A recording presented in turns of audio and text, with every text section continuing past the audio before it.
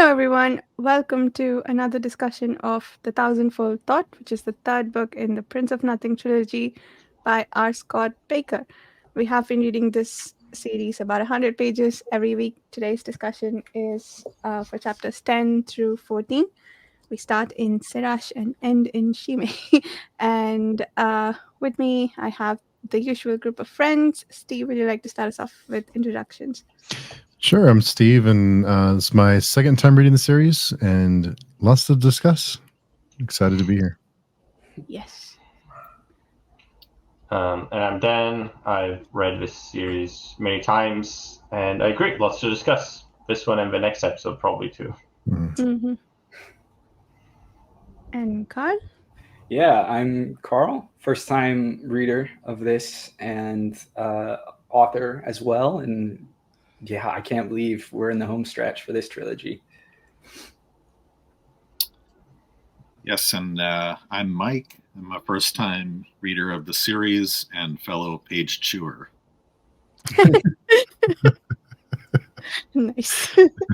I like that. T-shirts. We're getting lots of T-shirts ideas this week. Oh yeah. So, I was joking on the forum earlier that we should just spend 3 hours talking about the epigraphs and nothing else, and then like if we have time, we'll spend time on the rest. So, first epigraph, I want to start us off with that, if that's okay with everyone. I think that's immensely interesting. I had to reread it several times, and the first time I wrote down a joke that the thesis seems to be, I think, therefore I am not. But then what comes later with, I think, Kellis explaining something. Do you want to read the epigraph for those let's people read who it. don't have it in front of them right now? Okay, yeah. Should I read the whole thing? It's a pretty big Go thing. for it. Yeah. Okay. Souls can no more see the origins of their thought than they can see the backs of their heads or the insides of their entrails. And since souls cannot differentiate what they cannot see, there is a peculiar sense in which the soul cannot self-differentiate. So it is always, in a peculiar sense, the same time when they think, the same place where they think, and the same individual who does the thinking. Like tipping a spiral on its side until only a circle can be seen, the passage of moments always remains now.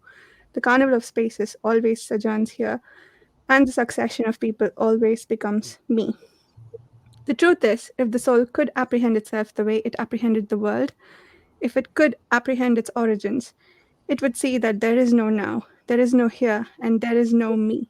In other words, it would realize that just as there is no circle, there is no soul.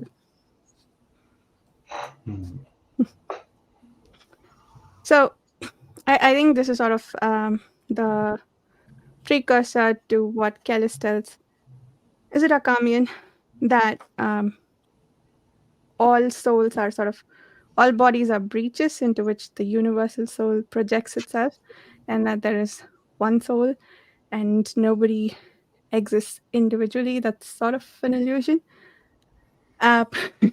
My husband studies a lot of Buddhist philosophy, and this sounds a lot of things he sometimes a lot like the things he sometimes shares with me. So this was interesting.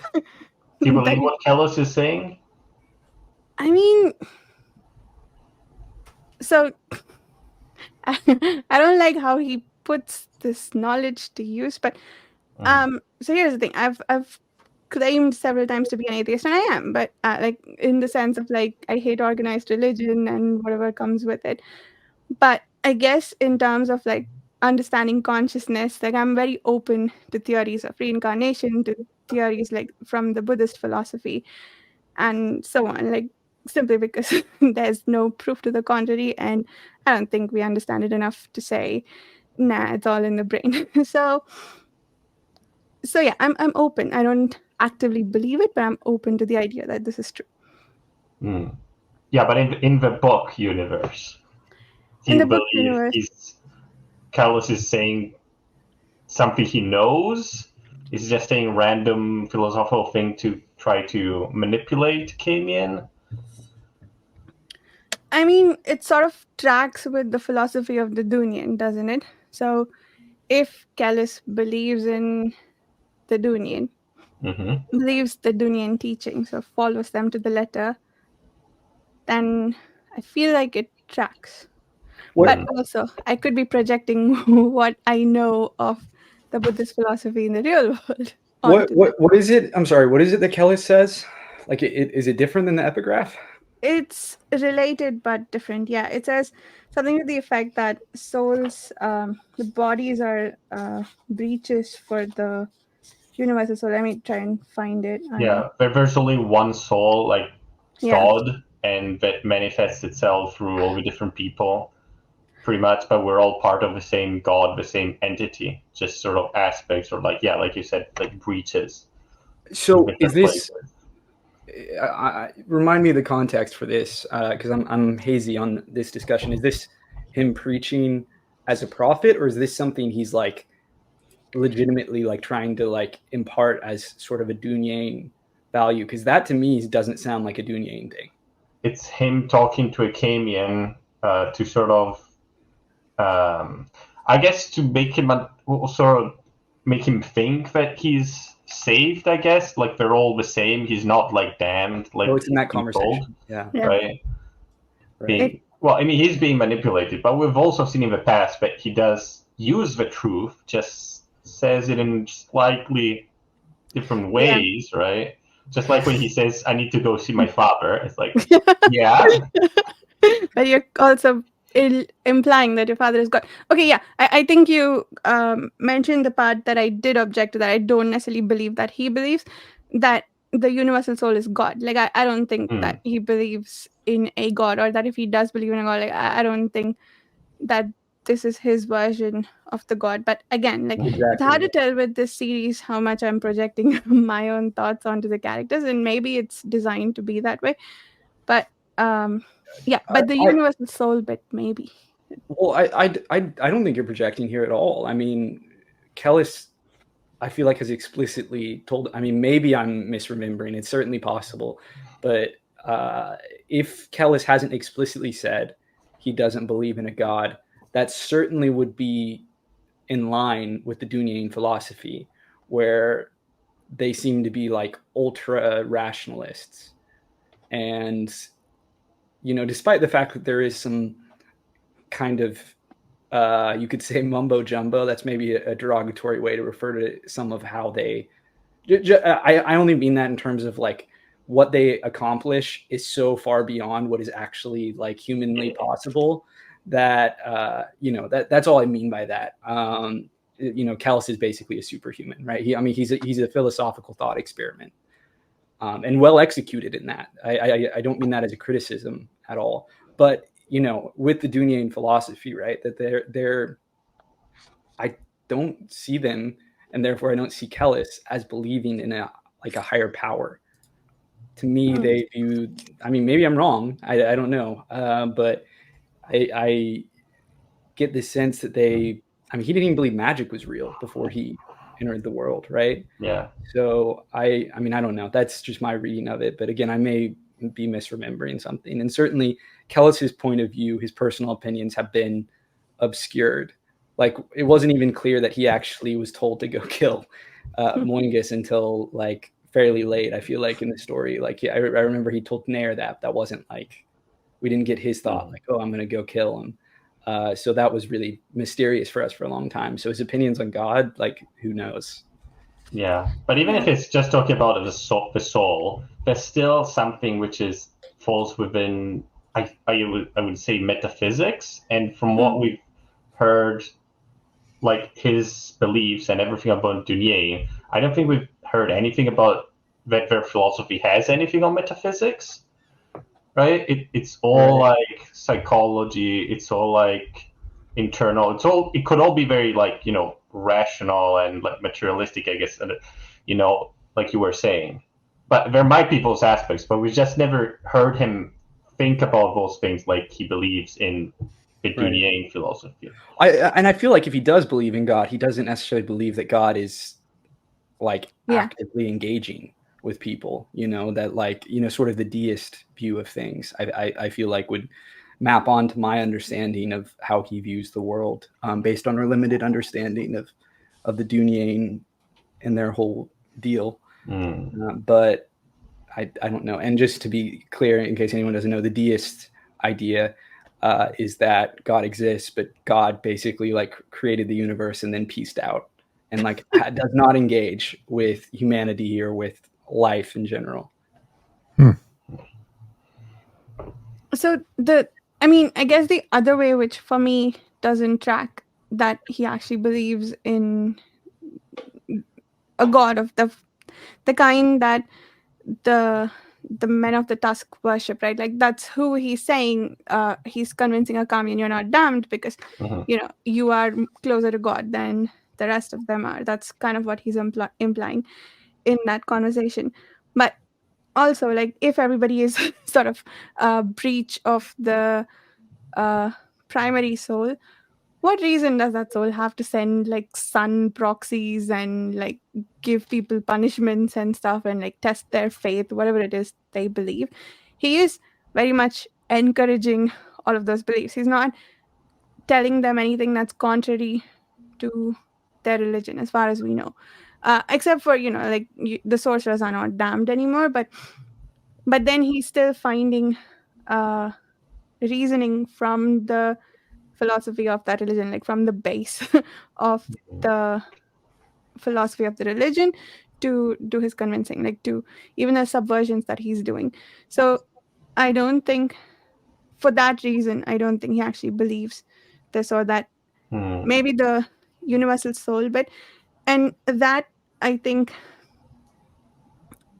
I kind of think the big meditation sequence we saw, was it in the first book, is it concludes in a view of their metaphysics, does it not? Like how people think, like he sees how the soul moves and the things that move it, and this seems like an extension that you can only be in that state where nothing moves you if you realize that you're connected to said universal soul. Like it feels like a good extension of that philosophy. Don't know if he actually believes it though. Do we know who Memgoa is and what the celestial aphorisms, like what that is as a book? That's the epigraph, the first epigraph. I looked it up. He's a Zeumi. Say it's not the right word. He's not a prophet. He's a Zeumi. Like a saint. Dang it. Who are the Zayuni again? That sounds familiar, but I can't remember. I think you said it, Dan. They're the African equivalent. Okay. Yeah. I think like Ethiopian sort of vaguely equivalent, or like African, yeah. The guy's far to the left. As in West, not communist. He's a sage and philosopher known in the 3 C's for his celestial aphorisms. Okay. Because to me, what he's saying there, I mean, maybe I'm misreading it, but obviously it concludes with the idea that there isn't a soul, and it's basically saying the soul is an illusion, and that whatever creates the illusion of the soul is like what is actually there, right? That the soul is like the circle. It's how we like humans perceive their reality, but it's not actually what the reality is. That there's something comes before that, right? Like you could just say it's like, in the most literal sense, I guess, the brain, or the darkness that comes before. In a philosophical sense, I think there's a lot of ways to define it, but I would be really curious to hear the Dunyain talk about all of this stuff, because I'm sure they do have a very distinct. Maybe they would disagree about different things. I don't know. When they reach their level. Conversations amongst Dunyain. Yeah. What do they do all day? Do they argue among themselves? Or do they just like torture people for experiments, for fun? Like what's their day to day? Maybe just meditation. Just meditating all day. Since we're kind of like monks, I guess. Yeah. Right? The worst monks ever in the world. Cruel monks. The Logos has no beginning or no end. Yeah. That's what they say all day long. So that's the other possibility, I guess, to your question, Dan, that we know that he's been studying the philosophies Akamian has been teaching, and he's like sort of acquiring them and drawing conclusions from them at a startling rate. So maybe Maybe he saw this and he's like, oh, how can I use it to manipulate Akamian and the rest of the people? So that's possible too. So my reading on that section was I thought that's what I thought he was going to say that this is how we get to the thousandfold thought, which I'm still not totally clear on. But this sense of we are all one consciousness. We are all God. We are the same person. To me, was leading up to that. And then I thought that was interesting where he was saying this is why it's talking about, I guess, sight and the why those who are able to see the few are able to grasp a little bit of this concept. And then it explained, I didn't quite understand it. So, but then something about how the Kisharim, they kind of explained how they are able to, this is why they are blind, because there's so much of what they're able to perceive that if their blindness kind of limits, it kind of helps them in some way with their, maybe with their sorcery. Yeah, it's like I found that to be very esoteric. They're definitely, yeah. It all of that was very esoteric. It's an interesting conversation, particularly I think because of the personal aspect of it. I mean, the fact that Akamian is grappling with so much, and also in the context of, how his story develops. In the rest of this section, that certainly he has been, and his relationship with Kellis has been challenged, and Kellis is not yet aware of that fact. Yeah. What I did find interesting, I've been finding quite fun in this read sort of, is identifying all the, like the not vaguely, it's like a lot of the stuff is very sort of Christian theology, but slightly changed, but still super recognizable. Like when he says, I think he said something along the lines of like, don't judge us by our, but by our temptations. Yeah. And it's like, that's not the correct line, but it could be. Like, it feels like it could come from the Bible or something like that, right? Yeah, it's almost the Lord's Prayer, right? It's like slightly, everything is like slightly different. Yeah. Yeah, but it just feels, it gives that vibe without being the same. Like, it's different enough, but, I find it quite interesting how he just changes it slightly, but preserves the whole feeling. Sorry, go ahead. I was just going to say, to springboard off what Mike was saying earlier, are we supposed to understand what the thousandfold thought is at this point? Because like I was unclear, but I wasn't sure if I missed something too. Okay, that's good. No, you're fine. I only say that because for the other two books, the title was mentioned earlier on. So yeah, I guess Bakker's not following that trend here, but I was assuming I think we get hints at it, right? I feel like we're leading up to it.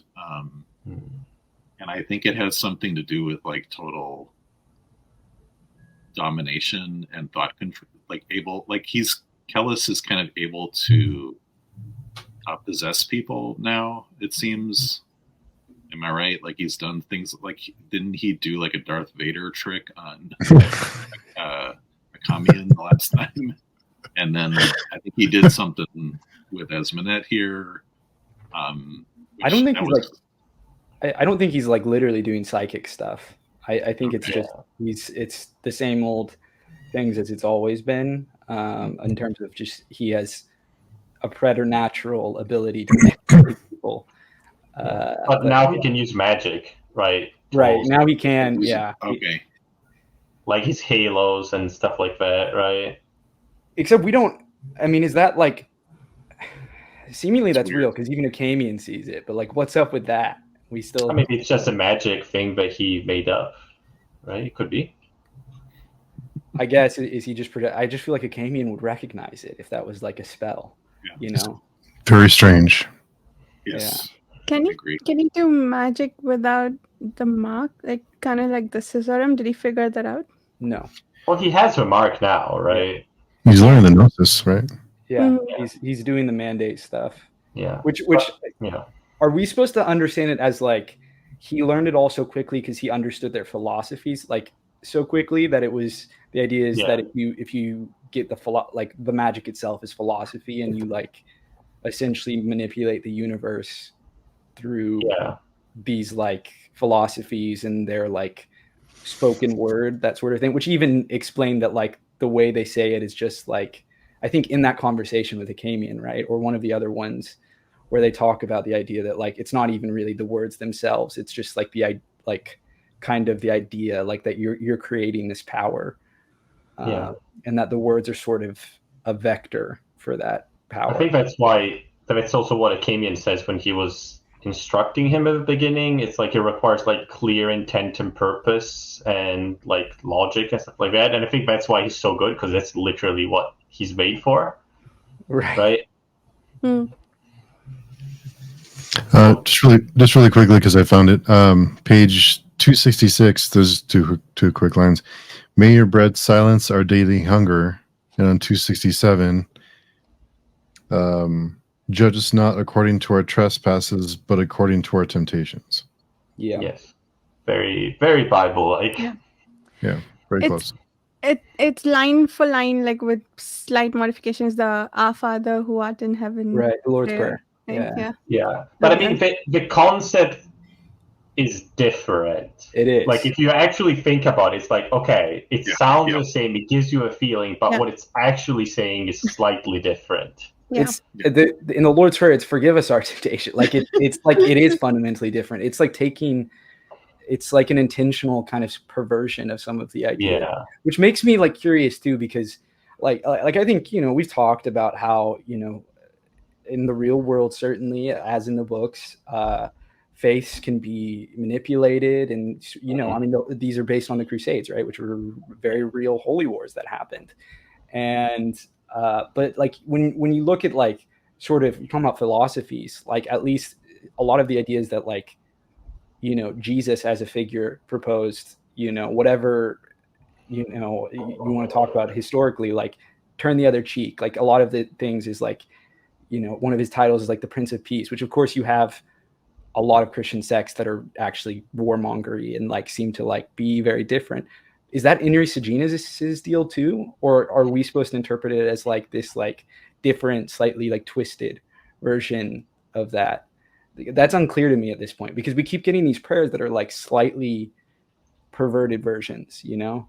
And I don't know if that's like, I don't think we've seen any part of like the compassion part of Christianity. We've seen like that's only like the militant, the you know, the faith war, that sort of stuff, right? I don't know. I'm trying to think what we've heard of Sejanus, but because he wasn't. Do we know? Was he like a warrior, or was he, you know, he wasn't a carpenter? I don't think. No.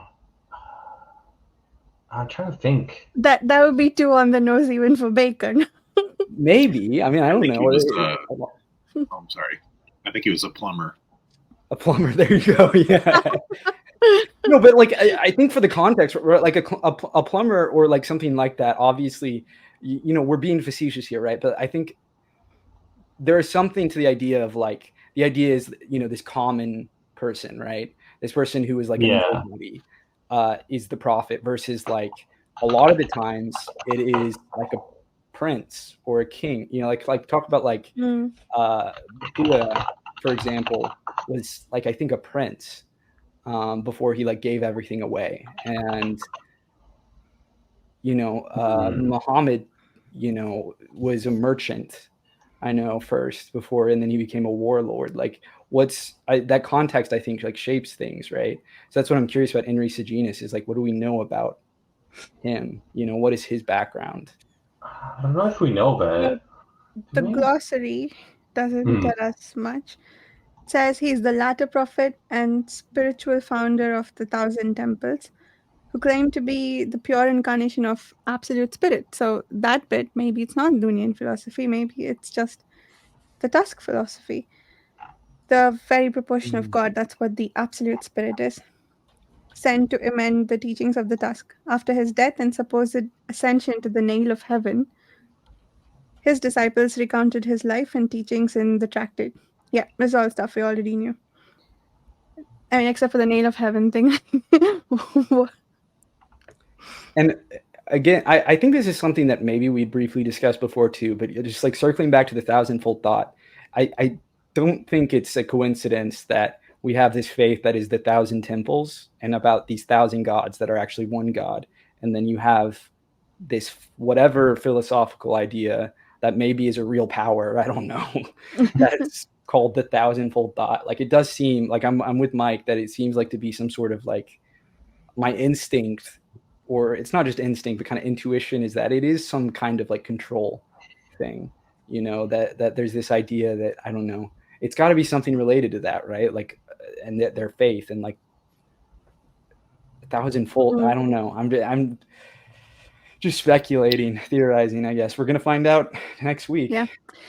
Do you think that Moengus has taken over the Fanim faith, like, what's his name? Kellis has taken over the Tusk? Like, that basically he's their religious leader now, Moengus? Mike's nodding his head. I think so. I mean, he's had 30 years, right? Like, unless he's like way lamer than Kellis. Yeah, that's the part that I'm really struggling with. So, isn't it? I forget who's saying it, but I think we've heard it a few times now, where it's like he's had 30 years to. And can you imagine how powerful he's going to be?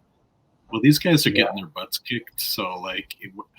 I'm totally like, I'm very curious how this is going to all come to pass here in the last 100 pages, because either Moengus he's a Kisharim, or he's somebody we've already met. Like I'm you know what I mean? Like, right? Why and what side is he on? Kind of, these are the kind of questions that are. Frankly, I was a little bit disappointed. I thought we'd get a little bit more. I agree. No, I feel like I'm unfortunately, the metaphor that comes to mind is edged. Like we're like, we keep creeping up and it's just not quite getting there. Like we got Mathanet.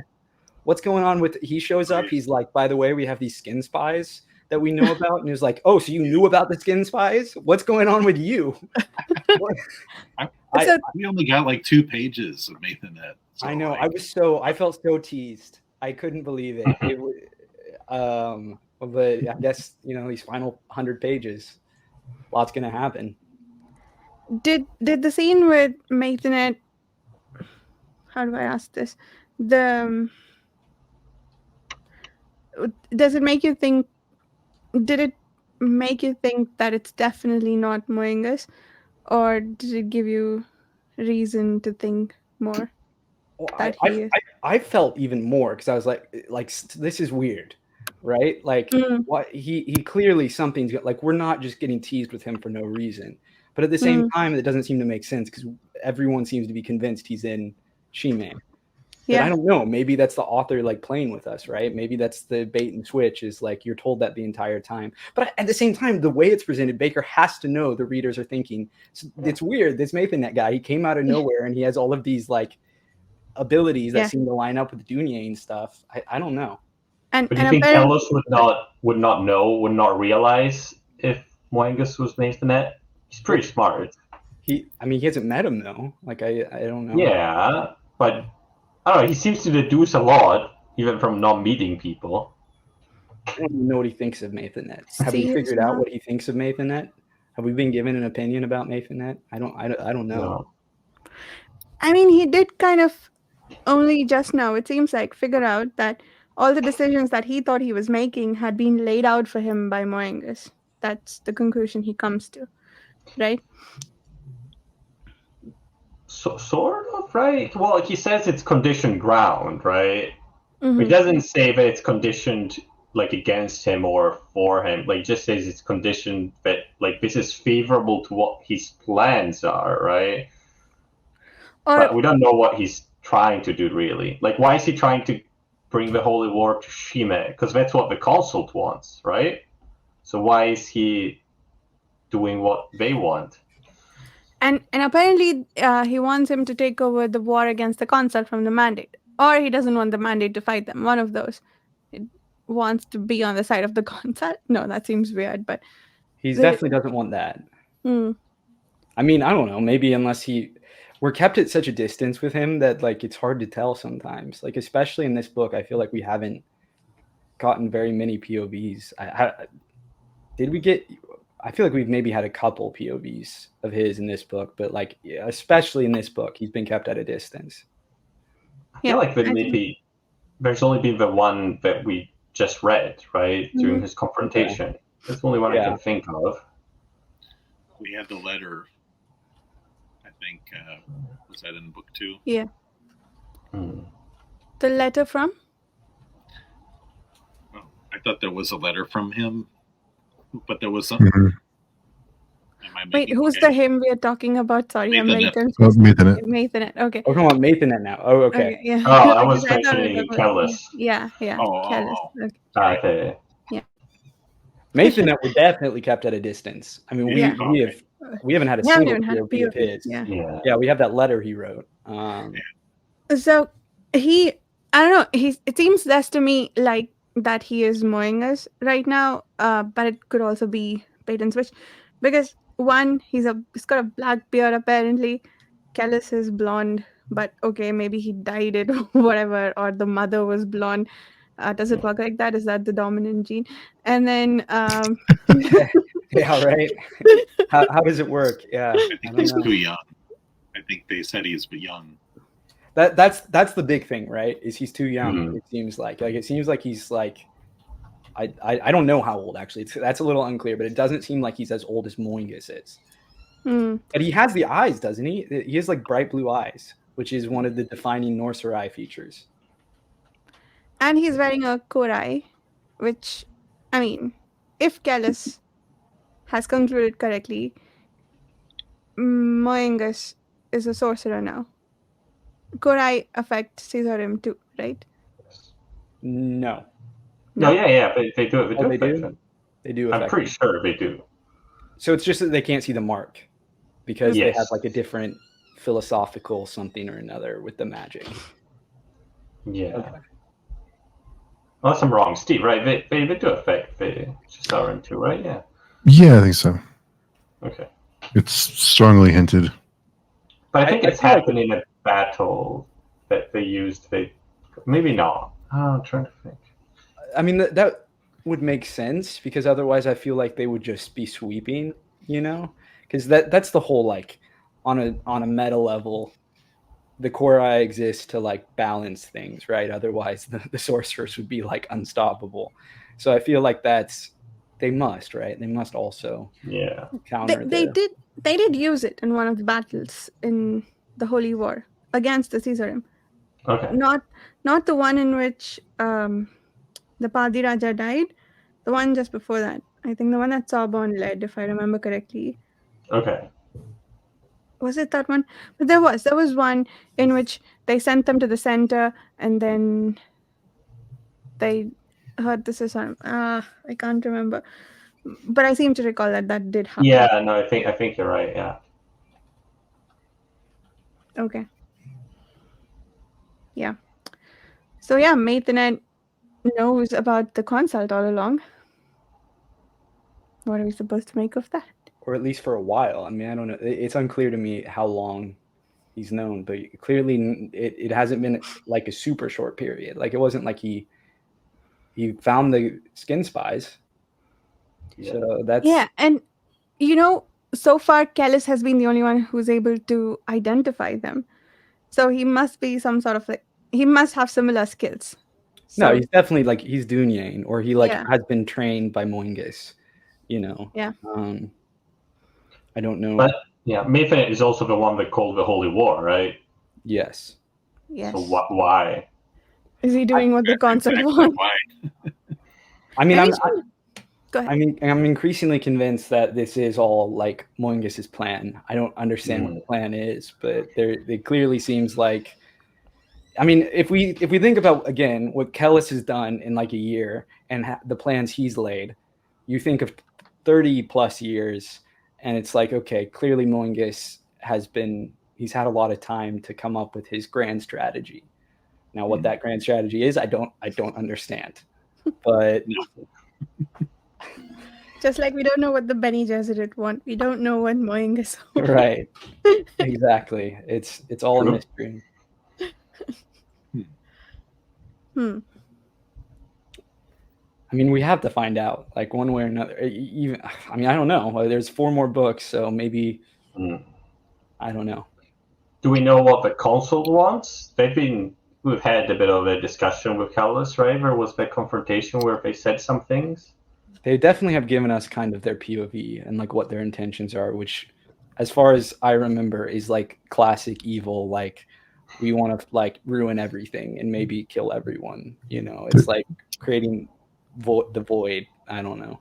They're just wasting lovers, though. Yeah. Do they just want to be reunited with their bodies? It seems that they're echoes of some distant body somewhere. Oh, before we get into that, sorry, the implication, he said that the Maithanet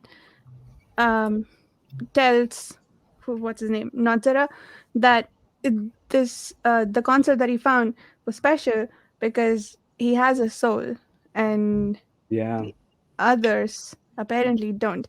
And I think it was in this section, also the conversation, I forget between whom, Kellis and Esminet, I think, and maybe Akamian was there too, that these creatures don't feel very much.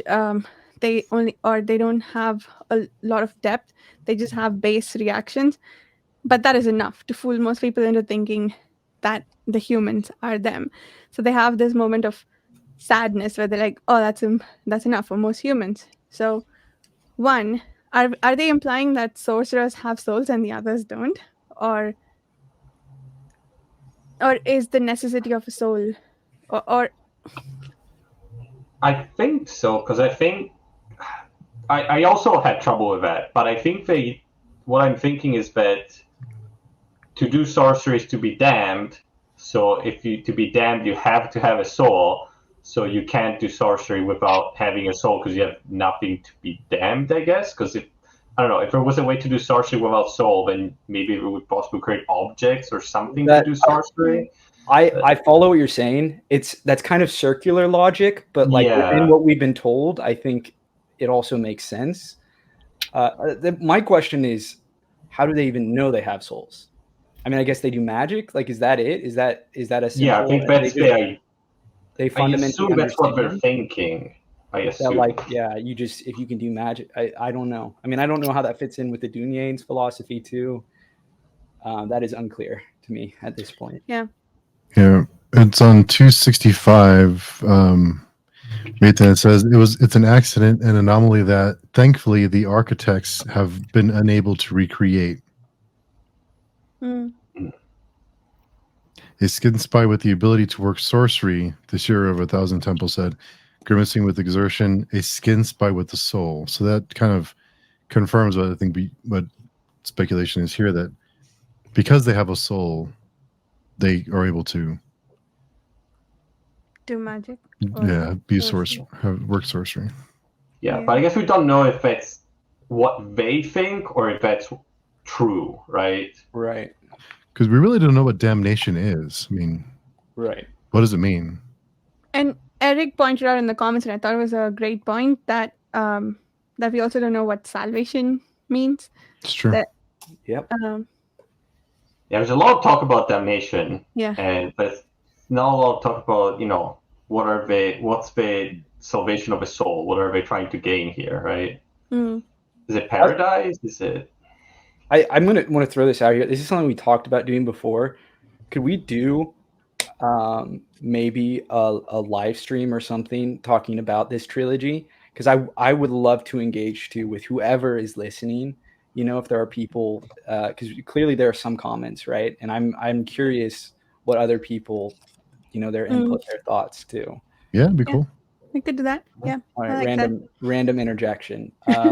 Back to sorcery and souls. Yes. Which is, we should Also, do. We should also make a list of topics for that. Yes. Yeah. And you can also just collect like questions and thoughts from other people before, right, and have a long list. Absolutely. Mhm. Or you can also just go through the Free Seas forums and stuff like that, and find all those so much discussion. So, we haven't figured out if there's heaven or not in their beliefs. I mean, clearly there's something, but there is a nail of heaven that apparently Satan is ascended to. How do they? Is that where they go when they die? Is that what salvation is? You go to the nail of heaven, which doesn't move across the sky. Oh yeah, that's the star, right? Yeah. Have they defined what they believe happens in the afterlife? I feel like that is a missing piece here. That is pretty significant. Because that you mean the Inrithi, right? Because there's multiple religions here. Yeah. Yes. Well, I mean, yeah, fair enough, right? Like any one of them, what do they believe happens? We know damnation, right? For sorcerers and harlots and all the people they view as, other. But like, what's the heaven equivalent? What do they believe? Yeah. And it's a very interesting way that the word is used, because in the real world, each religion has its concept of punishment, and I think damnation is largely a Christian concept, right? Is it also Islamic? But but Jewish too. Fair. But that class of religions that all originated from each other, that means something specific, right? Per religion.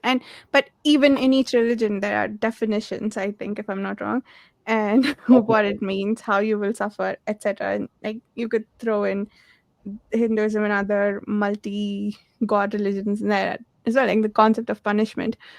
But that's what that is. It's punishment / eternal damnation. What was my point? Yeah.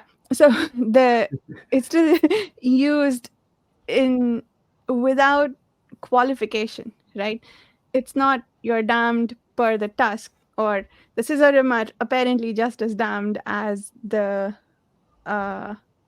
mandate. None of them are accepted or follow any religion, yet they are damned.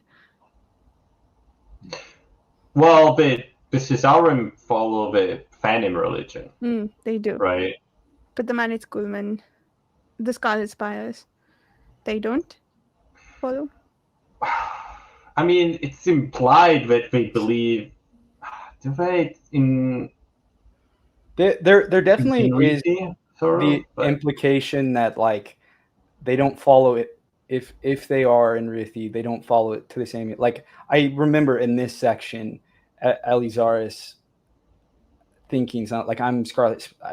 It was basically like I forget exactly what his thought process was, what the implication was, other than that like they clearly thought that they were different. Maybe it's just because they're damned, but they don't follow it as stringently. They're not. Maybe once you're like, well, I'm already damned, so fuck everything else. Right. Might as well. How much worse can it get? Right? Like you think about the mandate, right, and Achamian specifically, and he is a big skeptic, and I don't think that's just his character, although it is his character certainly. But like, he's like the schoolmen we know of are not zealots, except I mean, maybe the Phanim or the Sisharim, although there isn't. Like they're fighting this holy war, I don't think because it's a holy war. It's because it lines up with their political ambitions. Like the Scarlet Spires, that's really clear. Is everything they're doing is for political ambitions because they want to destroy the Sisharim and specifically for revenge for killing their leader. Yeah, but go ahead. I think the Sisharim are like within the Phanim religion, if I remember correctly. they're not like in their eyes. I don't think they're damned. I think. Okay. I don't remember why. Maybe it's like, oh, we don't have a mark, that's why we're they not don't damned have or the something. mark. But could be. I don't remember. But I feel like it's integrated within the religion. If I remember correctly. I don't remember who was the founder of the Fanim religion. Fane. Was he a Cesarum? No. I don't feel like we've had that implied, and it's definitely not to remember. Said. Because there was something like there was someone that came out of a desert bearing the water of whatever. It's the founder of it, which was like the founder of a Cesarum, but I don't remember who was the same person. But... Yeah. Oh, interesting. Maybe Kellis stole from that playbook then. Did the integration of the Cesarum into the religion happen in the last 30 years? Is that what Moengus was up to with them? But maybe not. Like, you're probably right that it goes back much farther. No, what I meant, sorry, Carl, what I meant was that that Kellis is integrating the sorcerers into the religion, right? They are no longer damned, according to him. So... I now that we're talking about, I hadn't fully processed this, but I think that's just like a smart political decision on his part. Like, you think about it, like the Fanim have their own sorcerers, so like the Enrithi should probably have their own sorcerers to counteract. I mean, some of them do, I guess. The Nansuri, Imperial Sake, the Sake, again, unclear exactly if they're technically the Psyche, or if they're Enrithi too or not, but certainly they fall within that culture. And you would think the rest of the Enrithi should have their own sorcery equivalent just to counteract, like, politically. Yeah.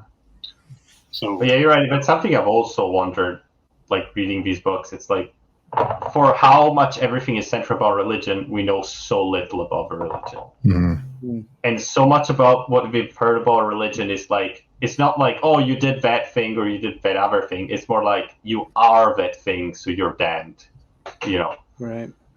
Which is, but it's like, I always wonder, like, oh, what exactly do they believe in? I don't think we've really been... So I cheated a little bit, and in the glossary, it says that I think somebody said I'm allowed to look in there.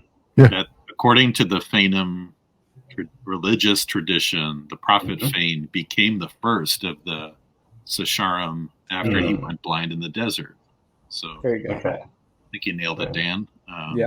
Dan was on it. I think this is really interesting. So they claim, this is the Fane's claim, that the true power of the solitary God cannot be exercised so long as one sees the profane world, and this is why initiates voluntarily blind themselves at a certain point in their study. It goes. I won't read the rest of it. Yeah, and we've seen that all the Cesarum are all they're all blind, right? Now we don't know if it's just ritual or if there's an actual purpose to it, right? But something that didn't strike me until I think Daniel or Katerina mentioned this on the first read is that we don't really get a Phantom point of view. Yeah. I'm missing it. But I think I'm convinced that it's just because we have to keep the Moengus thing secret. Yeah.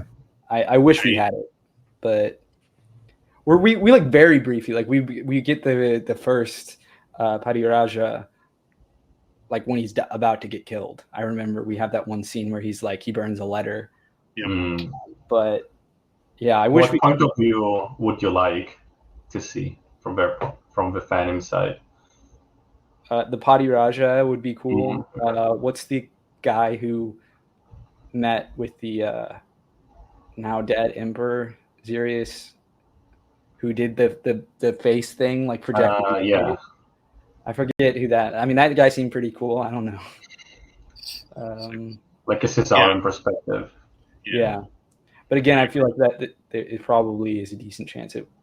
I mean, the reason we're not seeing it, other than that it would like make these books twice as long, is I think it probably would give away the game to some degree at least.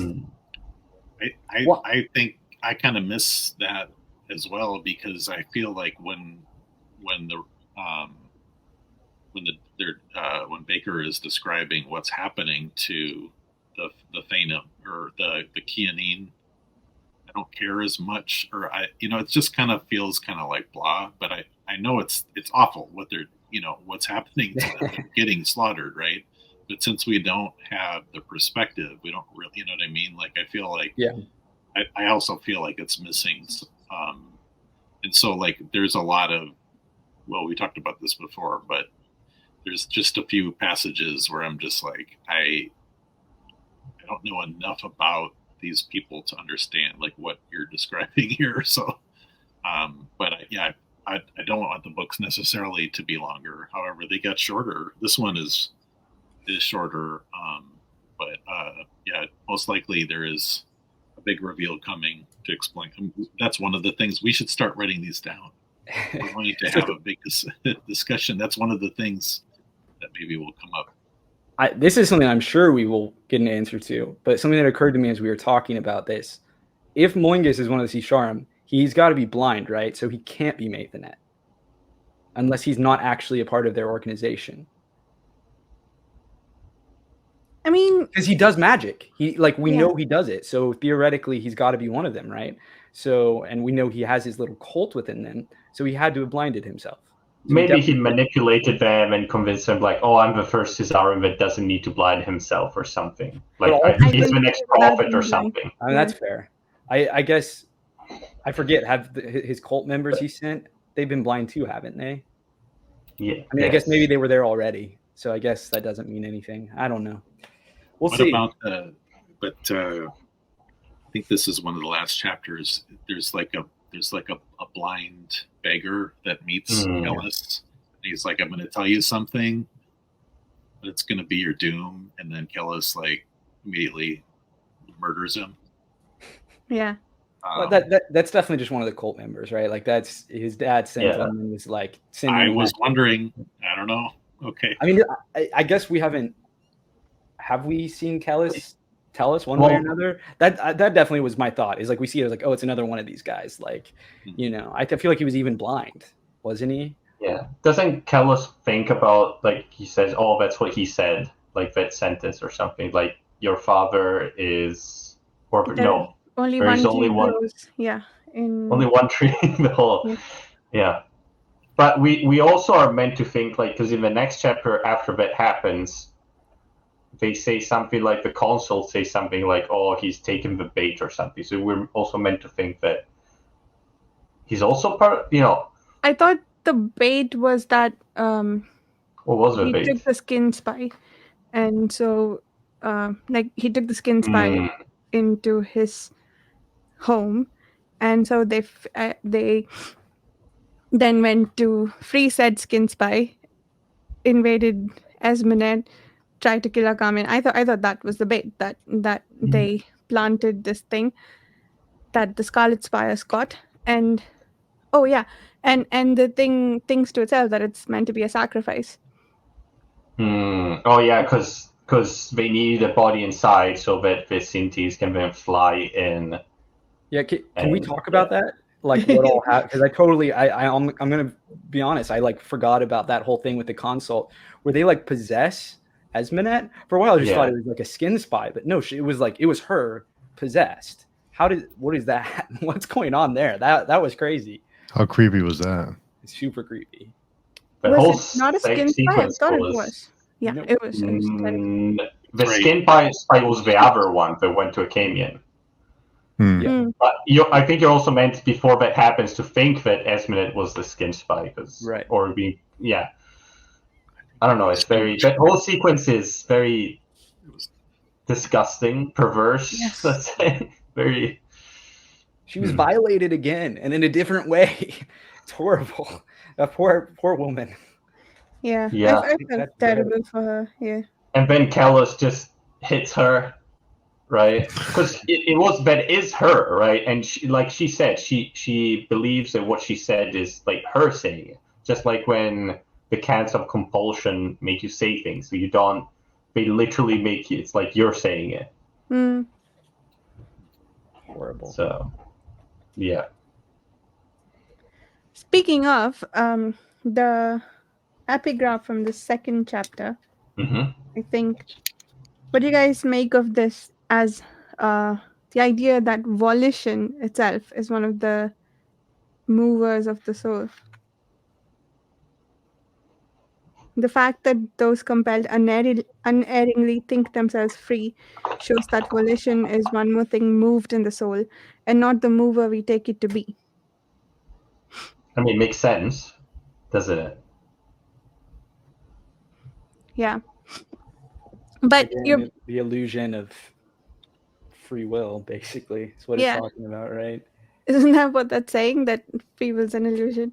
Yeah. Is that there was some study, I forget the detail, I kind of wish I could look it up again, but there was some study that showed that neurons fire in the brain several time units before you actually move the hand. So you think that you decided to move the hand, but actually the firing happened much before. I think they say that the neurons fire, decision, then hand move, something like that. That was the experiment. I wonder if this is based on that or a similar concept, whatever is written here. Which that also is like, that opens the philosophical door, right? It asks the question of like, well, how do you even define free will, right? We've talked before about like the question of time. I think it was in this on one of the earlier books, and like, whether like it's deterministic or not, and the future's already set. Yeah, it was, because Kellis was wondering about that, right? And the question of free will. And like, even if the future is set, like, are you making the decision? Like, how do you define choice? Like, if it's even if it's an illusion, like if it's sufficiently real, I don't know. I mean, it's just something to think about, I guess. I mean, that's a real question in like a real world theology. That's what I mean. Yeah. Right. Like God is supposed to see everything in the future, so how can there be free will if he already knows what's going to happen, right? Right. So. Yeah. Not an easy answer, I think. Yeah, I mean, I don't think we'd get to an answer, but I think, yeah, I love that we can discuss things on two levels with this book. Like, one on like the real world implications, like what do you think of this as an absolute concept, and in terms of how it applies to the book. I think the scene that we mentioned, we saw that significantly right after Esmenet, or sequence rather, not just the scene. After the thing leaves Esmenet, she remembers everything she did and that was said to her during, and she has trouble believing that the desire wasn't her own, and that it was induced, but she's like, whatever was induced was already there. So that's interesting that she's sort of holding on to this notion that she is the originator of her uh, behavior, right? Even though she was compelled into it. Yeah. Right. Again, it's a moral philosophical quandary, right? Is like, if you felt in that moment like that is the thing you wanted to do, are you to blame, right? I mean, that's the question with like capital punishment or anything today, right? You're like, people change, right? If you think in that moment, oh, I want to kill this person, but then like you live with that regret, how do you define action? If you think about how every decision in a life, every external factor influences people, like how do you assign blame? It's tough. I mean, yeah, I certainly don't feel like Esmenet should blame herself for that, because she got mind raped, which, as even as an unfortunate turn of phrase, is like what happened. Like, she again keeps getting violated. It's horrible. Yeah. It could also all be like just mechanical. There's no like theological or metaphysical thing. It's all mechanical. It's just like the synthese just prods things in your brain that release chemicals that make you behave, and that's what they do, right? Yeah. Maybe. Was the synthese not actively possessing her? because that's how I interpreted it, but maybe I misread that. That was Well, we confusing. don't know how he's possessing her. Yeah, he is possessing her, but we don't know how. Right. Is it a magical thing? Do they know magic? Well, they definitely hot bodies, and I mean that's unclear if that's magic or not too. But we know that I forget what his name is, but the little crow dude had a different body, and he thinks this new crow body is lame. He's like, this is so, this does not become me. But yeah, so I don't know how that works. That is certainly mysterious at this point. Yeah. I'm trying to think. Have they ever used? Well, no, because we know that there's that skin spy that could use magic, right? So we Yes. do know, but that was mandate magic. Do they have their own magic? Their own school? Well, they have old science or what techne that Right. is some form of magic, or maybe it's just really, really advanced science. They are the creatures that brought the arc of space into the world, right? Techne sounds like technology a lot. Right. No, I mean, think it's called the old yeah, science. yeah. Yeah. But it also begs the question, you have that famous phrase that any sufficiently advanced technology is indistinguishable from magic. So how do you even define, where are the limits here? Yeah. Unclear. Actually, we were Steve and Varsha. Do you remember our discussion last week on the sci-fi podcast where I said the exact same thing in the opposite way? It's like, oh, this is sci-fi, but what if it's magic? It could be magic. Yeah, it could be. It could be. In line sometimes. Yeah. Mike, we haven't heard from you for a while. What are your continuing thoughts? I had to step away for a second there, but I thought that I was just going back to chapter 14, and this is as it says that Esmenet was possessed by the Inkoroi. Mm-hmm. And then I had written that, or I thought that it was the cants of compulsion that were used on her. But so I don't. But then I was looking. I didn't see. So maybe I made that up, or I don't know. But well, that makes sense. I had a similar question. I found that to be there's several things that went on with Esmenet, because we also learned that Kellis used her again, and for a while there I was thinking, oh, he was the one that possessed her or something. So I admit to being a little confused maybe, but that at the beginning of chapter 14 clarified it for me. But there was clearly Kellis kind of threw her under the bus, for lack of a better term. But I think that Akemian noticed that as well, and but I was trying to find where that. There was just so much again, a lot really. There was a lot of kind of different scenes happening with her, and I just agree with you. I feel it's these the two women characters, there's just I don't know. There's only one left. They just get violated left and right here, and I think that I wanted to say the last time we met. Sorry, I'm rambling now, but the last time we met, I was thinking towards the end when Serway was getting killed, and then again, and I was like, so maybe Bakker really doesn't like women or something. I don't know. I was just I just felt bad. I just felt bad for that character because, as we said before, she didn't get that well developed. But am I right that Kellis kind of used her, he manipulated her pretty badly here? I think it was in chapter 12 or. Yeah, I mean, he's continuing to, right? She's certainly not. I mean, everyone gets manipulated by Kellis. Well. Yeah. Sorry. Yeah. I mean, she has kind of also got some benefits, right? She's kind of risen up. but like if I was trying to find it though. You mean like, did he use like the cancer compulsion on her? Right. Something Okay. along those lines. If he did that, I missed that completely. Okay. I just remember him just talking to her and doing his usual Dunyan thing, but yeah, but maybe sometimes things happen. Yeah, because I right? Unfortunately don't have the page number, but it's in chapter 12. I wrote down, how did Kellis use Esmenet here? Did he want her to be taken over by the consult? It was right after he talked with Akamian. So he laid out the trap, right? Like, so I think Kellis, the consult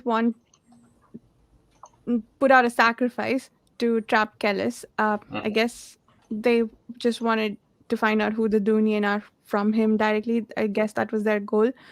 They didn't want to kill him yet. Yeah. And he apparently saw that coming and he set traps for them, like what he did with Akamian. But he didn't do anything to protect Esmenet. Maybe he even meant for her to be used in the manner that she was used by the consult. I don't know how he foresaw all of that. That's kind of lost on me, but I think he let Esmenet be taken by them. Right. Kind of like he let Survey die. I think that was my conclusion. Well, he didn't. Yeah. I mean, he let Survey die. He didn't necessarily want it though. Like he grieved her, which I feel like we had. Yeah, he let them. Like it's not clear to me that he tried hard enough to make it go the other way. If this happens, he gets the outcome he wants, so he's okay with it. Right. But I don't think he had any power in what happened in the whole sequence with Survey and him being, I guess, circumfixed, right? That was like his, everything was going against him, sort of. And he didn't have any power to manipulate the things, right? I mean, I think it's a little column A, a little column B, at least in my reading, which is like he set the events in motion. So he knew he was going to face something like this. And even he knew he was going to, quote unquote, die, right? Like he was creating this Messiah myth, right? And like every Messiah has to have a death before resurrection, it's sort of like his thought process. That's the story, right? And did he say that?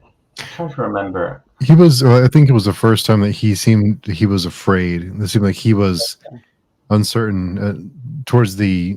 But before those events, he seemed like things were almost like it was the first time you saw some cracks in his confidence. Right. If I remember correctly, he set the events in motion, but it didn't happen the way he thought it would happen. Because he does say something also before in the previous book at the beginning or something. Like sometimes he had to just roll the dice and hope that it happened the way he wanted it, right? Just like that first battle he didn't think that Salbon would win, right? Oh yeah, that's right. Yeah. And so I think that what actually happened when he got circumfixed was that was not what he expected to happen. He took advantage of it after it happened, but there's a lot of stuff we don't know about what happened then, I guess, and it is also confusing the way it's written, if I remember correctly. There's a couple of things. Yeah. I circling back though, pun now intended after I said that. I do think he didn't intend for Survey to die. Like I think he actively did not want that to happen, and that it did upset him. Because the whole point is he's like the thing that makes me feel that more than anything is that he was moved by it. Like that's what broke him. However briefly, that's what made him feel again. He actually grieved her, which I still don't fully know how to process that. But he also got angry at something Esmenet said during her possession. Was it at the thought of losing her, or there was some emotion there somewhere. Yeah, you're right. Yeah. I don't remember exactly what it was, but I hate to say it, but I don't even believe that he actually cared, but because of all the conditioning that they've done that they've had in the as growing up in the Dunyan world. And sometimes we get glimpses as who he really is, but there's a lot of time spent with him seeming like this real prophet and loving people and all of that. But I don't think they are capable of love. I think. Sorry, go ahead. I was just going to say, I mean, when we're in his POV personally, it scared him that he felt things. I mean, I think it's an interesting philosophical question is like, how do you, even define love? And like, is he capable of love? Like, I don't know. I don't think he thinks he is capable for sure. Right. But he legitimately grieved her. Like he was upset when she died. And the fact that he was upset shocked him. And if anything, probably upset him just as much, if not more, than her death, because it meant that he succumbed. Right? He was an animal like other people. But I certainly don't think that suddenly redeems him. He still is manipulating these people, these women. Yeah. He treats them terribly. Yeah, although, but I don't think he knew that he would possess Esmond. I think he just knew that something was going to happen, just like he knew they were going to try to kill Akemia, but he didn't know how that would happen. Otherwise, right? Yeah, I don't think, because then he also gets during his confrontation, he also gets charmed, I guess, right? He's not we see that he's doing things against his own will, because then he's like, oh, I see that he's trying to do some magic on me or something, because he puts on his wards and then it doesn't work anymore. But I don't think that was his plan, right? The lust stuff works on him. Like he started having physical reactions that were out of his control. How does that work? We don't know. We do not know. All we know is these console people can make people really horny. Yeah. That's all that is clear. Yeah, that's their thing. It's horny magic. Yeah. I didn't think of it until you brought it up, Dan, but he put up wards that you have to know what you're warding against to do that. How? Do you? What? Do you? I don't know that you. I mean, think it's you're just no more magic. I mean, I guess you're right. And I don't know how wards work. I guess. Yeah, that's a thing. I mean, can you just say what? You have to know how you're being influenced to say, stop influencing me this way, right? At least that's what logic says. But yeah, I mean, maybe it's as simple as no more magic, it's just a ward against magic, because it's clearly not a natural thing, right? Whatever or I don't know, maybe it's a pheromone thing. But is it magic though? Is it right? Is it the same? Yeah. Is it? Well, it got blocked by the wards after, right? Yeah. He did not say that, right? It has to be. It did get blocked by wards. So yeah. Did he just try a generic ward and it worked? There's no way. There's no way, right? It has to be a magical thing. But maybe you can do wards against physical things. Like you do a ward against a rock coming towards you, maybe. Right? So maybe he just did a ward against, I don't know, air or something. I don't know how that works. Some literal physical barrier. He's cutting. Yeah, I guess that's possible. I'm trying to remember if we've seen other wards being used, how they've been used. Because I think we've only seen used against magic, right? Yes, exactly. Akemian used some wards, but it was in a sorceress. Yeah. Contact. All the Mandate schoolmen had wards when Maithanet came down. That's right. Except for Notsira, apparently. I don't know why he didn't have any. Or did he not? One of them didn't. I'm forgetting if it was Notsira or the dude who turned out to be a consult. I think it was the head guy. Yeah. Okay. Yeah. Could I ask about something else? What did you all think about the scene where Zynemus dies? I thought that was I thought that was sad. It was sad, and to say the least. It touched me, I should say. I thought that kind of the part where he described how the lice jumped off of him and onto Mm. Kamian was actually beautiful in a way. I think people probably could be grossed out about it. And then like some of his passing words where you try too hard at Benjuka. Mm. And I think that broke something in him, because then shortly thereafter,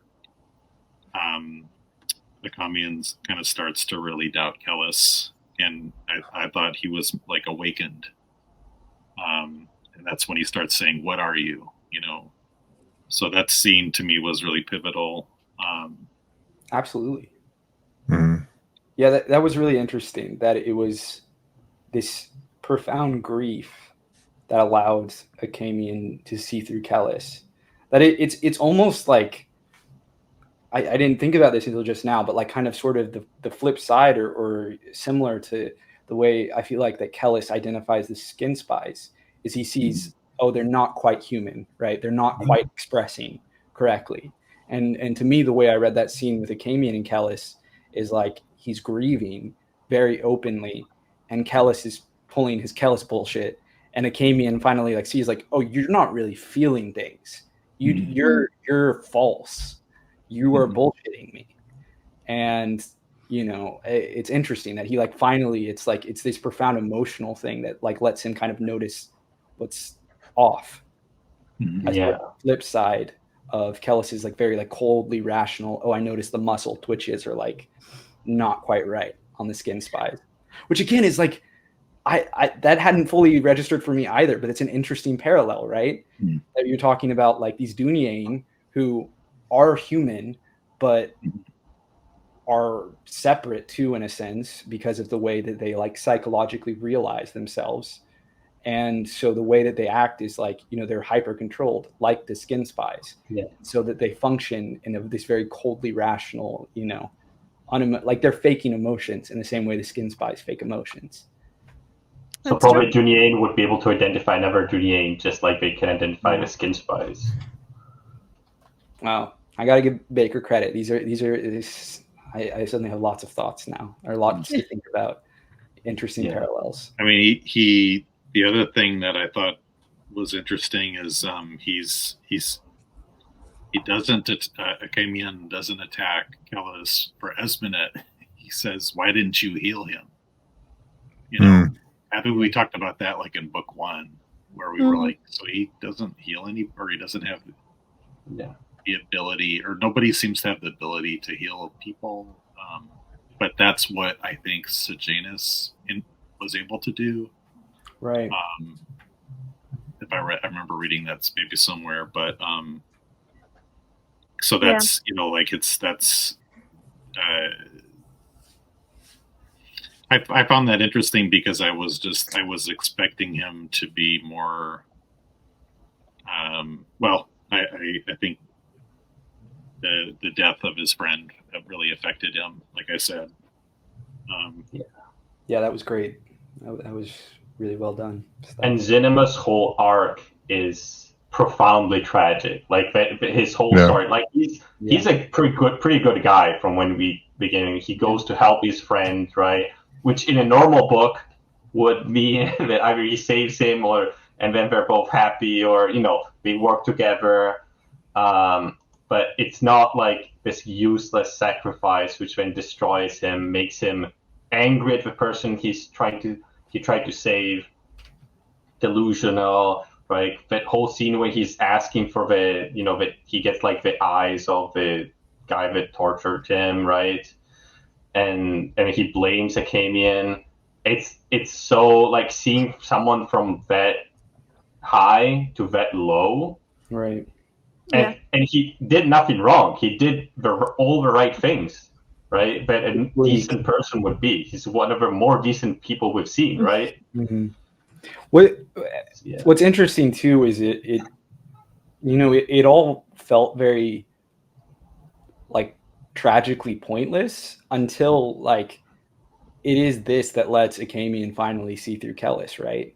It's like it's the losses in it. It's like these like dominoes fell. And finally, because Zinimus got screwed so badly, that like he finally sees through the bullshit, and then like, I don't know. Do you think he would have believed Nayer's story if he hadn't just seen that Kellis wasn't everything he thought he was? I mean, he does doubt. So Yeah, given he doesn't reason to know. doubt, as in not, he taught Proyas about this like concept of doubt, and you have to, that basically not taking things at face value. So I feel like if he had reason to, it would have, if not immediately, I think he would have seen evidence in this favor if he had. Yeah. But it is interesting what you said, Carl, that this leads to Akamian being able to see.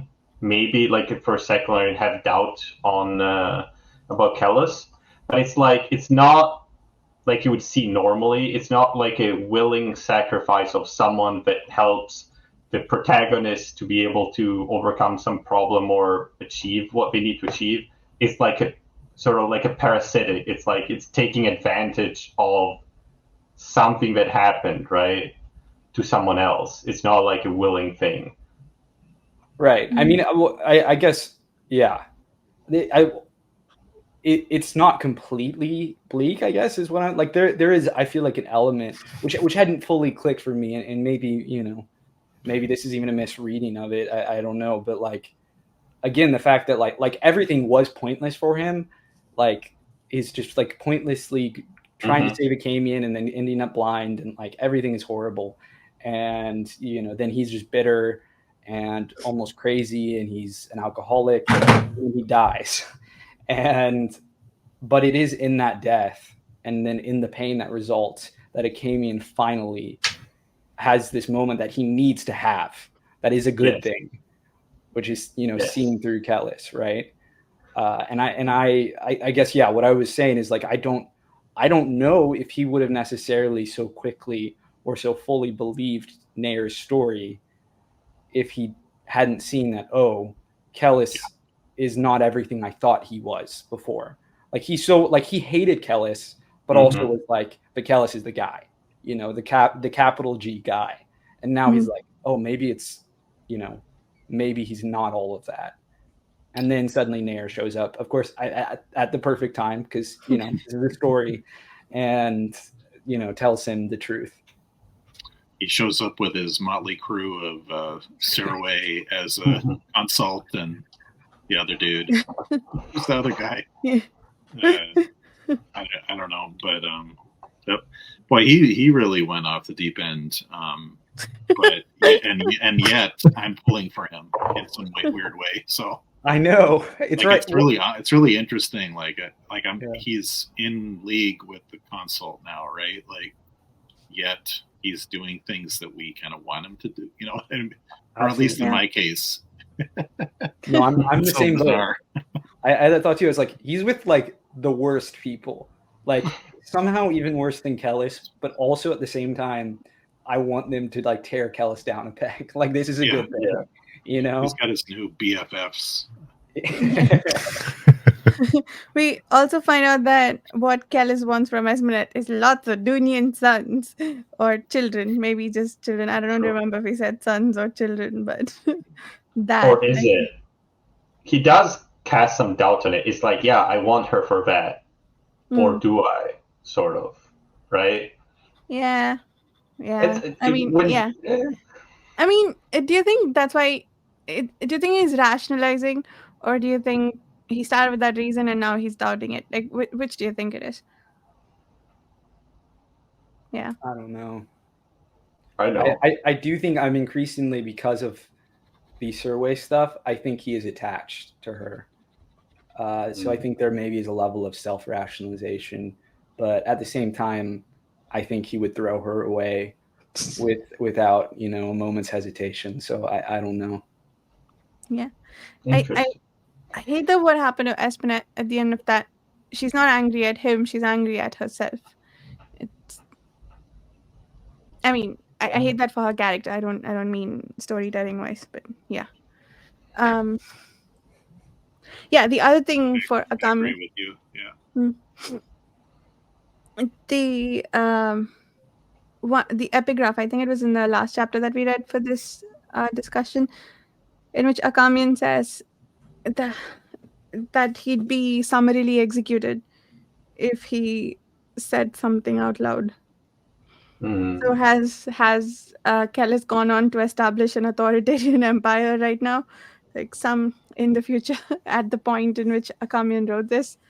Some say I learned dread knowledge that night, but of this, as with so many other matters, I cannot write for fear of summary execution. Yeah. Who's No, gonna definitely execute he's him? under watch, right? Like there's some sort of police state thing going on there. I mean, he's concerned for his life. Yeah. So something that just occurred to me while we're talking. So if there are any parallels between Kellis and Moingus, does Moingus have like a harem of women? Do we think? Like what's going on there? Like So new theory, Maithanet is Moingus's son. the king, that could be. Maybe. Would it be with like one of the? I mean, would it be with one of the Fanim? Like, how would that work? But I wish we knew how old he was, right? Like it makes it hard to like. I don't know. Does Kellis have siblings? Do we know? Has he? He hasn't thought about like living back in the city, right? He's an only child. At least as of like, 30 years. You don't know anything 30 about plus years. His upbringing. I would assume he might, because if he's descended of this important lineage, right, it's pretty risky to just have one. Well, maybe he did have other ones, but they were not up to the Dunye level. Oh, that's true. So they got rid of.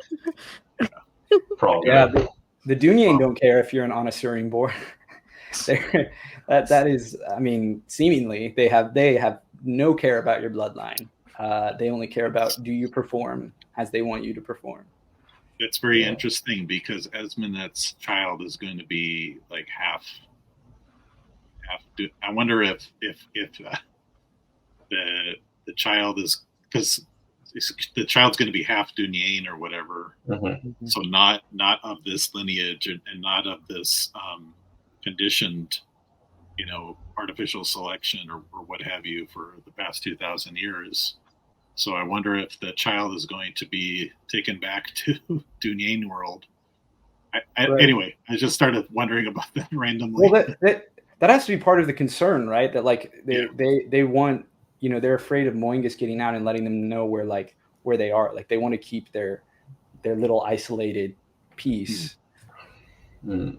And so like surely they're concerned that Moingus is like spreading knowledge about them, which probably includes, spreading, like having kids, right? Like maybe Moingus has a bunch of kids. I don't know. I mean, Kellis has one. Two. He has almost two. Currently one. Yeah. Well, no, wait. He has 0 right now. No. Oh, you're right. Yeah, blood-wise, you're right. It's not his child. But that doesn't matter for the Dunyain, right? Yeah. I mean, I guess that's also the thing is Moingus could adopt a kid, right? He could take an orphan off the streets and make the kid. I mean, shit. That could be. Maybe that doesn't have to be his blood son, right? Like that's. Or can he?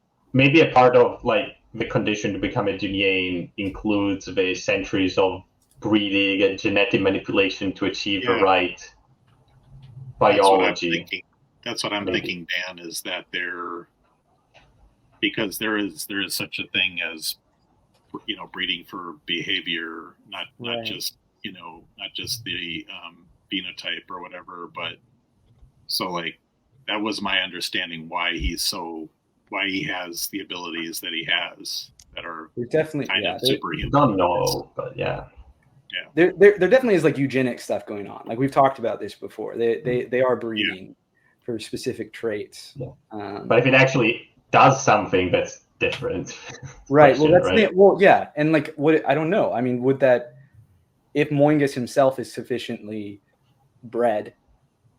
I mean, would having a kid outside undo that, or would they still be able to be Dunya. I mean, I don't know. I guess that's unclear at this point. Like, how much is actually eugenics versus like training.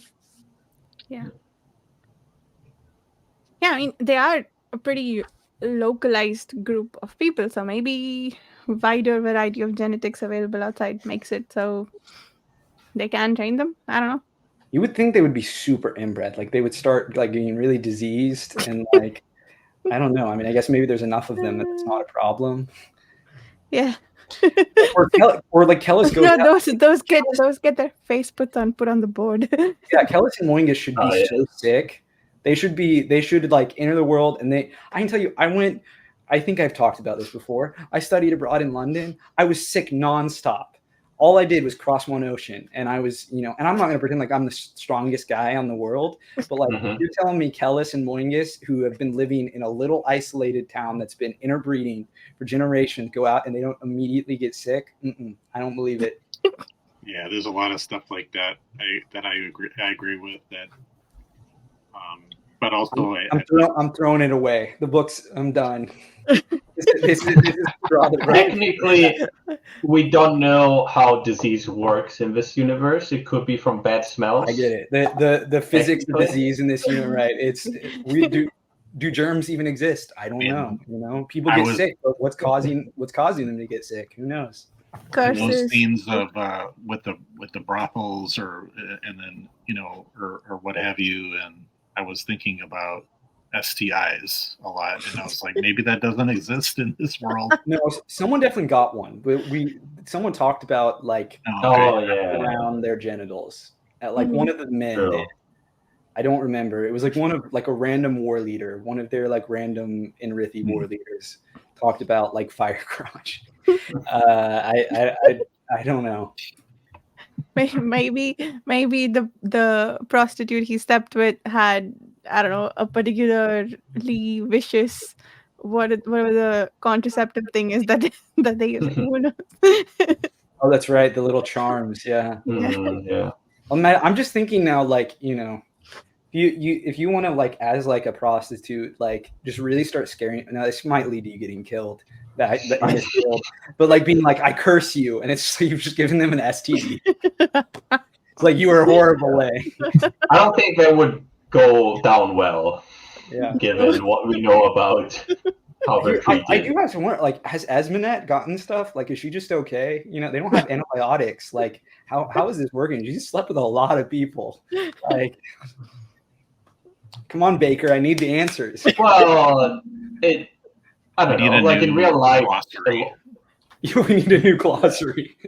Epidemiology of Irwa. I think we did see. She did mention like some contraceptive sort of balm or something that she takes after. So maybe that has healing things too, or it's like disinfectant, right? It was a charm. So I guess they have like contraceptive, maybe anti-STD charms. But I thought it was like some sort of pomade or something. Maybe I'm just thinking about real life, because in real life that existed. Like that's what they used in the past.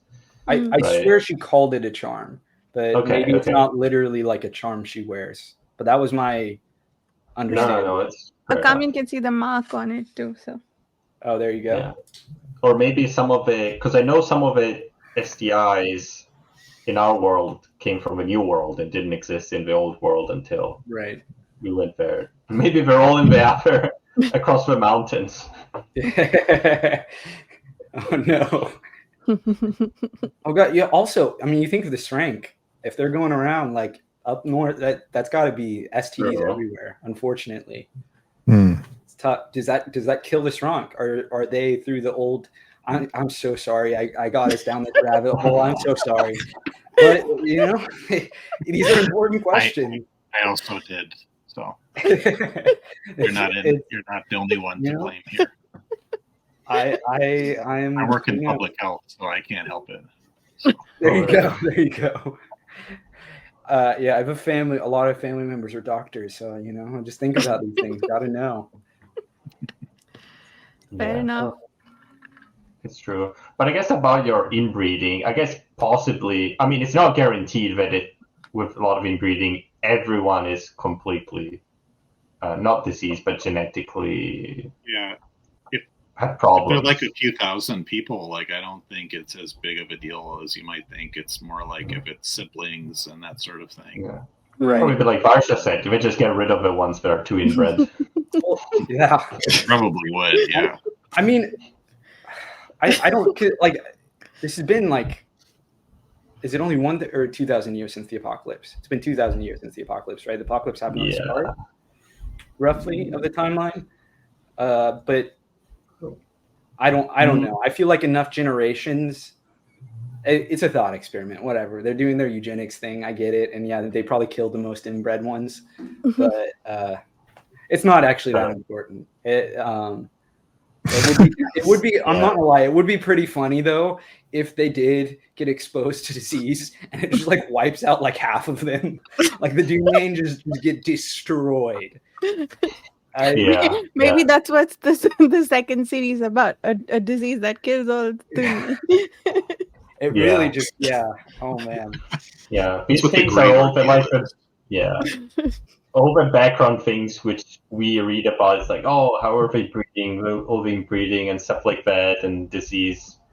And it's like, it just the books don't go into for obvious reasons. Give it logistics. It's not what the story's about. So it's we just accept that it's magic. It happens somehow.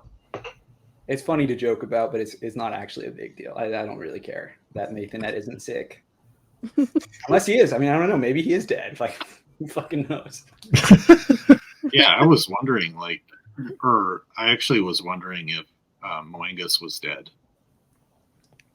We haven't seen him, so unless Nathanet is him, but I don't think so. So I don't know. What else? What other big questions do we think need to be wrapped up in these last 100 pages? I don't think. I think Steve, you had hinted previously that not everything gets wrapped up nicely, but Heron Spear. I want to know where the Heron Spear is. Mm-hmm. We mentioned enough, and again, because the historical parallel, I suspect we will get that answered. Mm-hmm. Even if it's a fake Heron Spear, I suspect something that's going to come up. What is the plant there, or what's the payoff there for all the planted Heron Spear mentions? Oh, because I guess because that's the analog of the the Spear of Longinus. Or they're both the same name, so for the same thing. Yeah. Yes, exactly. Okay, fair enough. I didn't think about that, but yeah, you're right. That is my thought. That has been my thought since it was first mentioned, but we'll see. Well, the big question is the actual second apocalypse coming in the last 100 pages? Because that would be related. Well, I mean, I guess it could, right? Like that could be how it ends, and then it's just like, my understanding is the later books take place like after a time skip, so maybe the apocalypse is like it's not an overnight thing, right? We know the first apocalypse wasn't like 2 nights, it was like decades. So I don't know. I mean, that's an interesting thought. I just assumed the apocalypse wouldn't happen in this trilogy, but you're right, it could start. Yeah. Oh, speaking of apocalypse, another thing that Eric pointed out was that, maybe I'll just pull up his comment, but apocalypse, the meaning has come now to mean the end of the world, but I guess the original meaning was revelation. Did we talk about that before? So it could just be the second revelation, not the second end of the world. Interesting. Interesting idea. True. I don't know what they realized. What was the revelation the first time? So I wouldn't even know how to speculate for that. But the concept existed. Then no God exists. Such revelation. It's described in the book of Revelation in the Bible. Yeah, I don't know. Is that like an etymology thing? Like that's what it? Yeah. I don't know. Etymology. Let's see. Well, because go ahead. Oh, sorry. Go ahead. No, please. Oh no, the thing about it is, to me, if you look at Well, what I understood is that it was an apocalypse for the people of the North, the North Sarai. Yeah. But everybody else was kind of okay. So it seemed pretty localized. So yeah, it looks like the word comes from Greek. Yeah, it has its etymology. Well, it looks like it's like, it's been in a lot of different languages now. It's spread, but the original word was Greek, meaning to uncover or to reveal, like that, the etymological root. I'm not even going to try to pronounce it. That's just what Google tells me, so I don't know. Maybe Google's wrong, but it does seem like there's something there. Yeah. No, but yeah, because it's in the New Testament, because it's the revelation of the final form of, like Jesus coming to Earth and revealing itself to everyone and realizing the world of, heaven on Earth, pretty much, and all those things. It's like heaven beyond Earth. Like the Earth ends. Yeah. The Earth ends. Everyone gets resurrected in their own real bodies. A bunch of other shit happens. Yeah. A lot of stuff happens. Dragon. Yeah. Yeah. The dragons better come back. I want more dragons. Yeah. And talking about the apocalypse, Kellis says that he hears the no God, right? Yes. Yeah, that was crazy. Yeah. What does it mean? Is he lying? Is he telling the truth? You never know with that man. Why would he? What's the benefit of saying that lie? Why did he say it?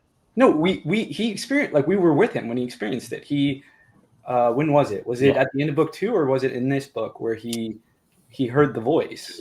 He saw an image. He saw the no God, or he saw someone like meditating, and then he heard the no God's voice. Was it during the circumcision? I think it was. I think that it was during that. I agree. Yeah.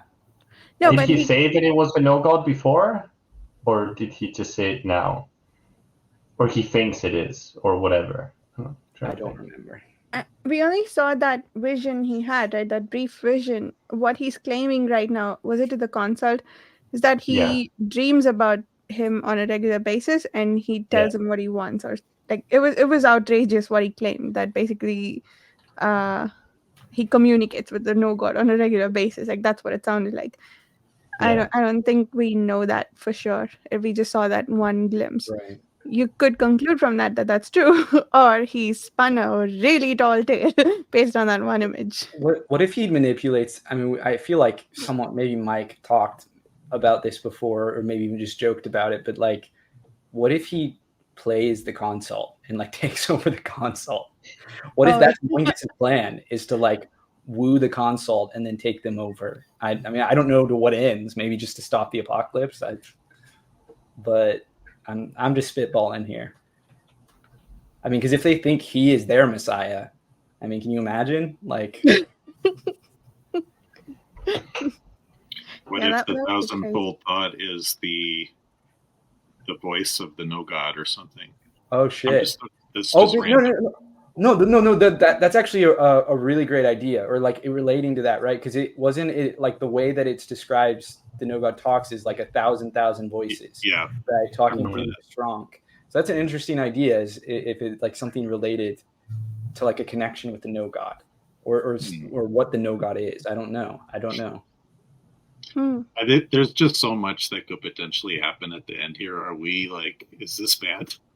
Like, you guys do a lot more of these discussions, but I'm just thinking about like the next time we meet, and we literally have 100 pages, like exactly, at least in my paperback copy, it's like exactly 100 pages. This is crazy. How much still has to happen. We still don't know what Moingus' deal is. I can't believe it. It's crazy. Or Maithanet's deal, or the consul's deal. Yeah. What do any of these people want? I don't know. I'm kind of resigning myself that we won't know until the second series for most of these questions. Maithanet and Moingus, we have to. I feel like that was like the promise early on. The consult, I think, will remain mysterious, but Maithanet and Moingus, I think, will get their deal. Yeah. Moingus especially, like. Yeah, that one I think we're leading up to something. The Moingus, but just curious, Steve, because when you were at this point, whatever, a year ago or so, did you have a lot of hope for all of these things coming together? And should maybe our expectations should be like, I don't know. You don't have to tell us necessarily, but I was just curious if you were in the same position as we are, just wondering, or were you just going with the flow? At a certain point, I just kind of laid back and took it. You just kind of accept that. You just kind of wait for things to happen. But no, it's lots of questions and lots of mysteries. It is interesting how, the theories that, the new readers are coming up with. Oh, yeah, definitely. Yeah. Quite interesting. There's some truth in some of them. Kellis is definitely going to speak with Moingus. So again, I think we're going to get, that's what's actively happening. He left his army to go see Moingus. So I guess he's going to the dead sister city, was what was said. Maybe he gets there, he's dead or something. It's like, I've been dead for 10 years and this is all my plan, but it's just, working itself on its own. Be so mad. I was like, at the very least, either Kellis or Nair needs to encounter Moingus. I would love for both of them to, but one of them has to. Otherwise, I will be upset. Okay, good point. I would like Nair to meet him first. Okay. I would like that very, very much. And do what? That's not a theory, just wishful thinking. I don't know, confront his demons. I guess I care about... I actually don't care. Every time I feel sympathy for Nair, I have to remind myself what a jerk he is on a constant basis. Sure. Yeah. He's a really well-written character. I really have to give credit to Bakker, because you do feel for him. It's insane. That he makes us feel for truly detestable characters like Nair. I mean, Nair maybe is the epitome of that, because a lot of the other characters you feel for are maybe their point of view is very skewed and they do some bad things, but they don't, a Camion or Esmenet don't feel fundamentally they're not war criminals, like Nair is, it's a different level. Yeah. Yeah. And he's unapologetic in what he does. He's like, yeah, I do this and it's right and I want to do it. I'm going to continue doing it. Right. Right. Yeah. Great character. Self-actualized. He's self-actualized, exactly. In a bad way. Yeah, no one ever said it had to be a good thing. The Dunying too, right? That's the whole True. I almost said gnosis, but the shortest path, whatever the thing is. Is it the gnosis? Am I blank? I'm mixing up the logos. Yeah. The logos. Thank you. I was having a brain fart there. Cool. So, Steve, you want to start us off with quotes? Sure. They're coming to get you, Dan. Let's see. Whoops. Let's see. Page 241. A ruin that the world cannot stomach, and that the ages could not digest. 244. Soon I will darken your door. What is the context of that? That's that was, I believe, Nair talking about Moingus. Yeah, I mean, that's badass. Yeah. 253, one of my favorites, is only when things are broken did their meaning become clear. 279, war is our soul made manifest. I remember that quote, yeah. And that was all of them. Damn. I have one on page 268. Oh yeah, I think we didn't really talk about this too much, but the sense of almost loss that men of the Holy War feel when they arrive at Shime. I thought this line captured it really well. What could be worth what they had suffered? What could repay what they had exacted? This place, this chalk white city. I think this was this was the rest of the people. Proyas also has a really interesting thought. He found himself wondering if this was always the way when dreams confronted the actuality that conceived them. So there's two ways of, well, at least two ways that they are thinking about the fact that they've arrived at Shime. For Proyas, it's that the real thing is maybe not suiting your expectations, or almost this feeling of what do I do now that I've come here, right? Like this was the thing that gave you purpose for these long months no longer exists, or you've got it, and like what do you do? What purpose do you get now? And then the other one was that sense of speculation or judgment about like trying to measure it up and see if it's worth all that you've suffered to get here. I really liked those lines. I'm going to take a couple. This is my final chance for this trilogy, so I'm going to take a couple shots here for theories.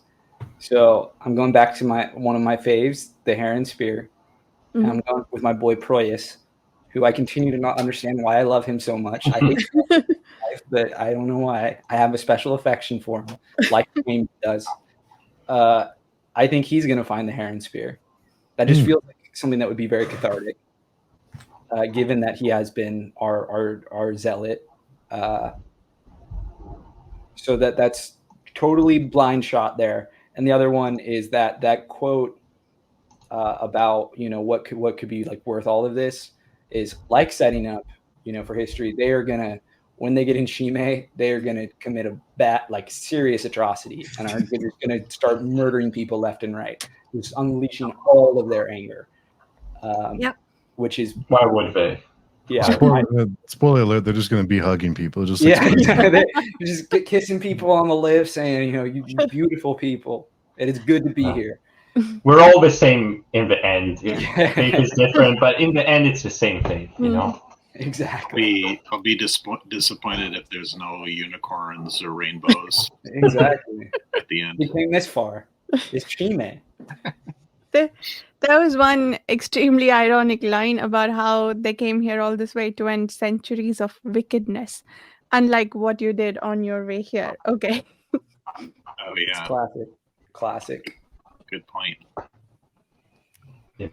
Stand. Any other last theories? I'm curious, you two, Mike, Varsha, what are your final thoughts before we finish this? The only thing that I was thinking about just a moment ago is, are we going to have some reveal related to the non-men or at somebody? Because I feel like they're kind of lurking. But maybe that's for the second part of the series. Yeah. I don't know, I just really want to know who the hell Maithanet is. I think that's the mystery I've been most invested in from the beginning. Maybe he's no one. He's just a normal guy. Maybe an imposter. I'm going to be very angry at Bakker if that's what. Nah, and maybe he's a not. Plumber in Irwa. Yeah, he's a plumber. No, I don't think I'll be angry at him, but that might be a cool reveal too, that it's just not a non-reveal. Nah, I would be upset. Dragging it out this much, anti-climaxes can only go so far. Before at a certain point, I'm just like, no, you got to do something. Like it's Maithanet's. There's something there. There's something. He's fine. He's just a guy. He's just a regular dude. Yeah, just a little guy. Just a little guy. Yeah. I think it's better to have low expectations, because otherwise I don't want to be let down. It's been a great experience. It's been a nice long journey. I have faith. You're close. You can count me as one of the believers. I think Bakker's going to land this plane. Okay. Yeah. Okay. Fair. See. Cool. Yeah. I did have somewhat of a quote. It's not really a quote because I don't have it right now. I just remember it. I think it went when he was talking to all the nobles scattered, and he said something like, he was talking about the story of Sejanus, who was going there, and he was being judged by the king, I think. and he was saying, "Who is this menial that speaks as a king?" Hmm. And then that whole discussion, and he ended with, "I am." I thought that one was very good rhetoric. Sort of, if I was there, I would have been really into that. But just saying, Oh yeah, it would have convinced me. yeah, that was a good one.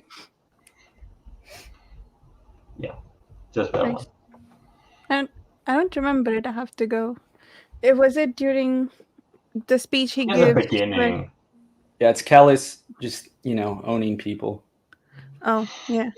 There was a line there about how he called out a few and made them feel known, so he made everyone feel like he knew them.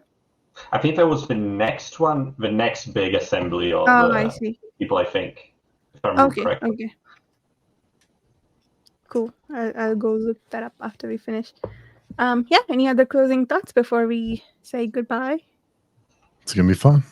Yeah. I'm excited for the last 100 pages. I might even read it before. Now, yeah. Cool. So then let's do outros. Mike, do you want to start us off? Yes, my name's Mike, and you can find me on the PageChewing forum, and sometimes I'm also active on the PageChewing Comics and Manga podcast. And I am Carl D. Albert on most social media. Ideally, find me at PageChewing because I hate social media. It's just an unfortunate requirement for trying to make a career as a writer. And on that note, you can find my book, Truth of Crowns, on the interwebs. Just look it up. At this point, you can find it. And I'm Dan. You can find me on the PageChewing forum, the Fire 17. And if you're interested in talking about the First World War on the Italian front in the Alps, I've been reading a lot about it recently. So, if you are, you can message me. Oh, nice. Oh, let's talk. I can attest to Truth of Crowns being, if you love tragedy, you'll love Truth of Crowns. Yeah, we just finished. We'll be discussing that soon with the Varsha. And so you can find me on PageChewing, on the PageChewing podcast, PageChewing Comics and Manga with my wonderful co-host Mike, and on Film Chewing. Yeah, come and say hi. And you can find me, Varsha, on my YouTube channel, Reading by the Rainy Mountain, on the podcast Speculative Speculations, and hanging out on the PageChewing forum all the time. Thank you so much for listening. We'll see you in about a week. Bye. Bye.